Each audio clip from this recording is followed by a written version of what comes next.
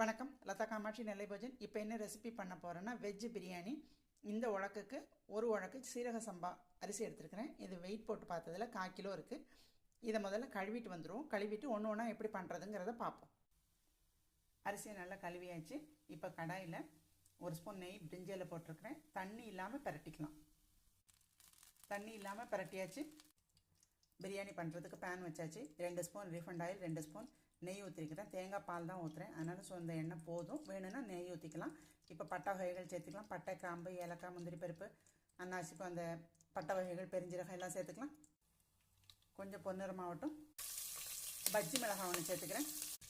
பச்சை மிளகாய்க்கு பதிலாக பஜ்ஜி மிளகாய் சேர்த்துக்கிறேன். இப்போ 2 பெரிய வெங்காயம் சேர்த்துக்கலாம். நறுக்கி வதங்கட்டும். கண்ணாடி பதத்துக்கு வதங்கட்டும். வெங்காயம் கண்ணாடி பதத்துக்கு வதங்கிட்டு இருக்குது. இப்போ ஒரு கைப்பிடி மல்லி புதினா சேர்த்துக்கலாம். வெங்காயம் நல்லா வதங்கிட்டு இருக்கட்டும். அதுக்குள்ளே நமக்கு இஞ்சி பூண்டு பேஸ்ட் அரைச்சிட்டு வந்துடுவோம். இஞ்சி பூண்டு, முந்திரி பருப்பு, பட்டை, கிராம்பு, சின்ன வெங்காயம், பெரிய வெங்காயம் எல்லாத்தையும் மிக்சியில் ஜாரில் அரைச்சிட்டு வந்துடலாம்.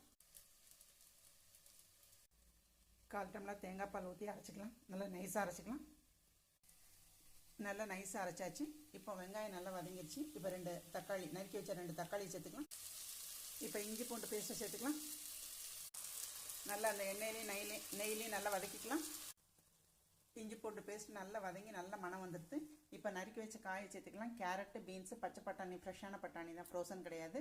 இது மீல் மேக்கரை வந்து நல்லா வெந்நீரில் உப்பு போட்டு ஒரு 1/2 மணி நேரம் அப்படி ஊற வச்சு புளிஞ்சு எடுத்து வச்சுருக்கேன். இப்போ இது எல்லாத்தையும் சேர்த்துக்கலாம். எல்லாத்தையும் நல்லா கலந்து விட்டுறலாம். எல்லாத்தையும் நல்லா கலந்து விட்டாச்சு. இப்போ தேவையான மஞ்சப்பொடி, மிளகாப்பொடி, பிரியாணி மசாலா, கல் உப்பு சேர்த்துக்கலாம். உப்பும் வரப்பும் உங்களுக்கு தேவையான அளவு சேர்த்துக்கோங்க. இப்போ எல்லாத்தையும் நல்லா கலந்து விட்டுக்கலாம். அரிசி எடுத்து அதே உலக்கில் 2 உலக்கு தேங்காய் பால் எடுத்து வச்சுருக்கிறேன். காய்கறியோடு சேர்த்துக்கலாம். தேங்காய் பால் சேர்த்தாச்சு. கொதிக்கும் போது நம்ம இப்போ உப்பு செக் பண்ணிக்கலாம். கொதிச்சு வரும்போது உப்பு செக் பண்ணிக்கலாம்.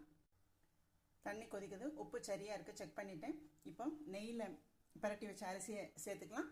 பஜ்ஜி மிளகாயில் பண்ணி பாருங்கள், டேஸ்ட்டு அல்டிமேட்டாக இருக்கும். ஒவ்வொரு இதையும் ஆட் பண்ண ஒவ்வொரு டேஸ்ட்டு கொடுத்துட்டே இருக்கும். அரிசியை ஆட் பண்ணிக்கலாம். இப்போ புதினா, லெமன் ஜூஸ், ஒரு ஸ்பூன் நெய் சேர்த்துக்கலாம். நல்லா கலந்து விட்டு மூடி வச்சிடலாம். தோசைக்கல்ல வச்சு 20 நிமிஷம் சிம்மில் போட்டு பார்ப்போம். 20லேருந்து 25 நிமிஷம் கழித்து திறந்து பார்ப்போம். சிம்மில் போட்டுக்கலாம். நல்லா வெந்துருத்து. இப்போ உடச்சி விடலாம். மேல் டாப்பில் பொரிச்ச ப்ரெட்டை சேர்த்துக்கலாம். நல்லா உதிரியாக வந்துருச்சு. ப்ரெட்டோட கலந்து விட்டுறலாம். சூடான சுவையான மணமான veg biryani ready. Side dish onion raita.